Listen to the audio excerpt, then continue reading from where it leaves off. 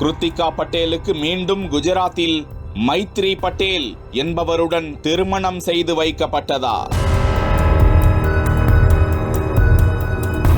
அந்த மைத்ரி பட்டேலை கைது செய்தீர்களா என நீதிபதி எழுப்பிய கடுமையான கேள்வி. தேவதையை கண்டேன் படத்தில் வருவது போல கிருத்திகா பட்டேல் நீதிமன்றத்தில் சொல்ல போவது என்ன? காதல், கல்யாணம், கடத்தல் நடந்த பிறகு விவாகரத்து செய்யாமல் பிரேக்கப் செய்துவிட்டு மீண்டும் கல்யாணம் செய்யலாமா? குஜராத்தில் நடந்தது என்ன?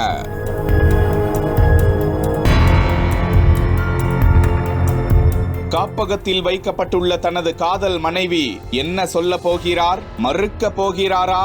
நான் காதல் கணவருடன் தான் செல்வேன் என மனம் திறக்க போகிறாரா?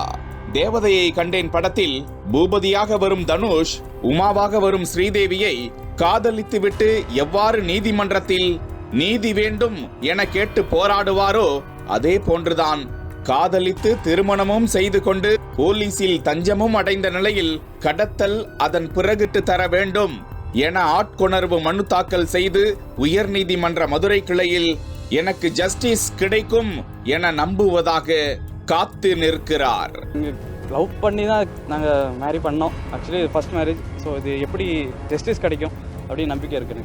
ஒருவரை சட்டத்திற்கு புறம்பாக அடைத்து வைத்தோ சுதந்திரம் இல்லாமல் கடத்தி மிரட்டி வைத்திருந்தாலோ, சிறையிலும் கூட போலீசார் சுதந்திரத்தை பறித்து அடைத்து வைத்திருந்தாலோ இந்த ஆட்கொணர்வு மனுவை தாக்கல் செய்யும் போது பாதிக்கப்பட்டவர்களை நீதிமன்றத்தில் கொண்டு வந்து ஆஜர்படுத்திட வேண்டும் என்பது கிருத்திகா பட்டேலை இவ்வாறுதான் மதுரை உயர்நீதிமன்ற கிளையில் கொண்டு வந்து ஆஜர்படுத்தி இருக்கிறார்கள்.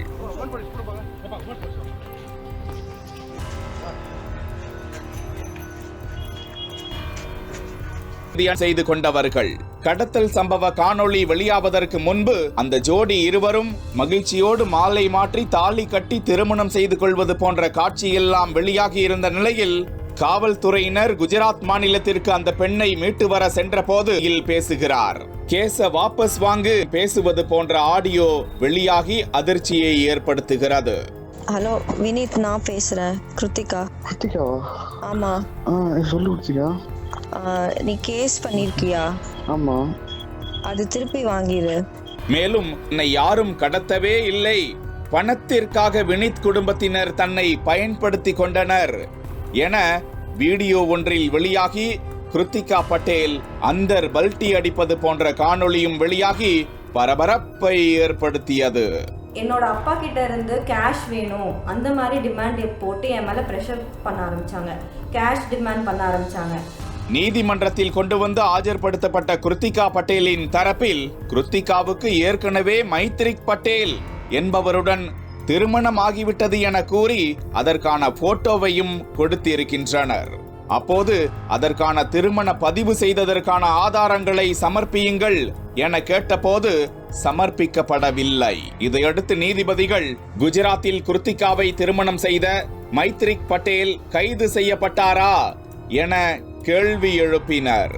அதற்கு காவல்துறை தரப்பில் அவர் தலைமறைவாக உள்ளதாக தெரிவிக்கப்பட்டிருக்கிறது.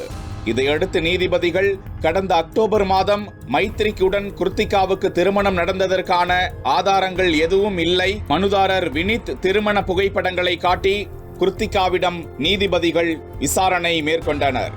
அதன் பிறகுதான் இந்த உத்தரவை நீதிபதிகள் பிறப்பித்தனர். கிருத்திகா வழக்கில் தனிப்பட்ட முறையில் செல்வாக்கு பயன்படுத்தப்பட்டுள்ளது, குற்றம் நடந்ததற்கான சாட்சியங்களை விசாரணை செய்ய வேண்டும், கிருத்திகாவை 3 நாட்கள் காப்பகத்தில் வைத்து வாக்குமூலம் பெற வேண்டும், கிருத்திகாவின் பாதுகாப்பு மிக முக்கியம், பெற்றோர் கிருத்திகாவை பார்க்க அனுமதிக்க வேண்டும், அதே சமயம் பெற்றோர் கட்டாயப்படுத்தாத வண்ணம் பாதுகாப்பு வழங்க வேண்டும், இந்த விசாரணை குறித்த அறிக்கையை நீதிமன்றத்தில் தாக்கல் செய்ய வேண்டும் என கூறி வருகிற பிப்ரவரி 13ஆம் தேதிக்கு இவ்வழக்கை ஒத்தி வைத்தனர்.